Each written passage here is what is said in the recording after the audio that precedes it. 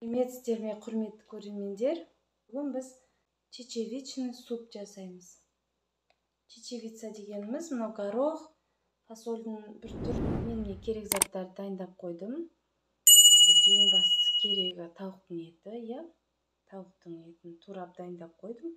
Өте ұсақ емес және өте үлкен де емес, орташа. Көкөністер дайындап қойдым. Сәбіз, картоп, пияз, сосын мынандай көк жуа, жасыл.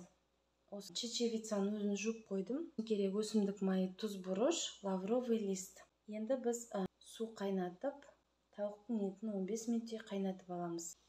Тауықтың етін салып, тауықтың еті қайнап жатыр. Осылай көбігін алып тастаймыз. Тұз салып жібереміз. Енді өздеріңізге керегінше саласыздар. Осындай орташа отта қайнатамыз. Сорпамыз қайнап жатқан кезде мына көкөністерімізді турап дайындай береміз. Сәбіз жіңішке етіп тураған дұрыс. Осындай бөліктерге бөліп аламыз. Мынау сәбіз өзіміздің сәбізіміз. Өсірген. Жалпы бұл чечевица дейміз. Пайдасы өте көп. Құрамында өте белок көп. Көп мөлшерде клетчатка бар. Және ол ағзадағы жаман холестерин дейміз ғой, соны төмендетеді.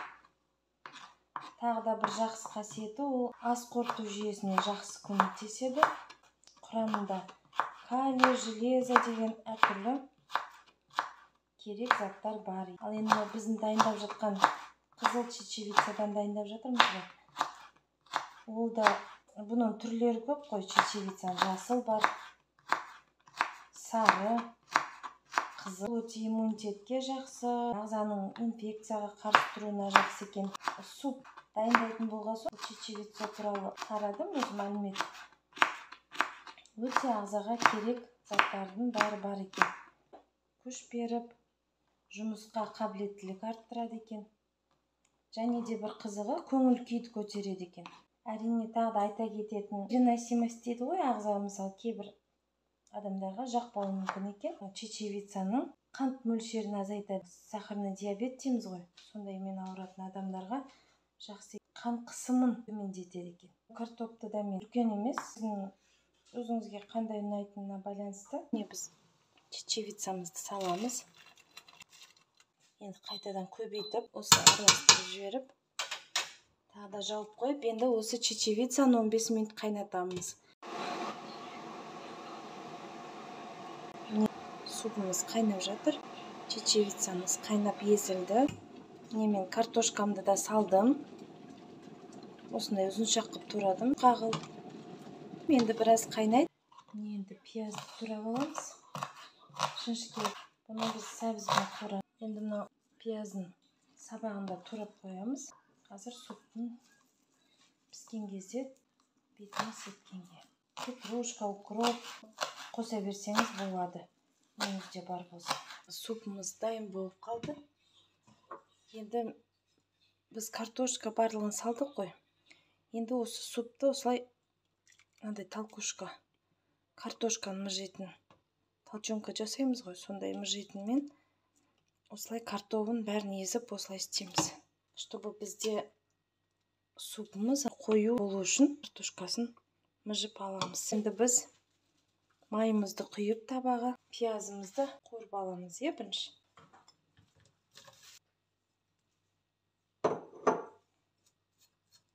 Түрі әдемі болғанша қуырып аламыз. Сәл сарғыштау болған кезде сәбізімізді салып турамыз.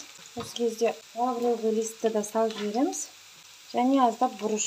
Біздің тамақты кішкентай бала болғаннан кейін үйде көп приправа не қолданбаймыз. Сіздер керегінше өздеріңізге ұнайтын дәмдеуіштерді қолдансаңыздар. Сәбізімізді салдық, қуырып аламыз осылай. Пияз бен сәбізіміз қуырылып болды. Енді супымызға қосамыз.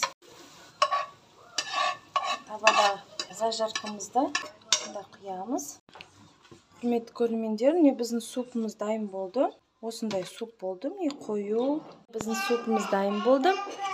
Осындай қою суп болды. Әдемі. Дәмін көрейін. Өте дәмді болды. Сіздер де осылай жасап көріңіздер. көп зат керек емес, үйдегі бар заттармен дайындай бересіз. Келесі кездескенше сау болыңыздар.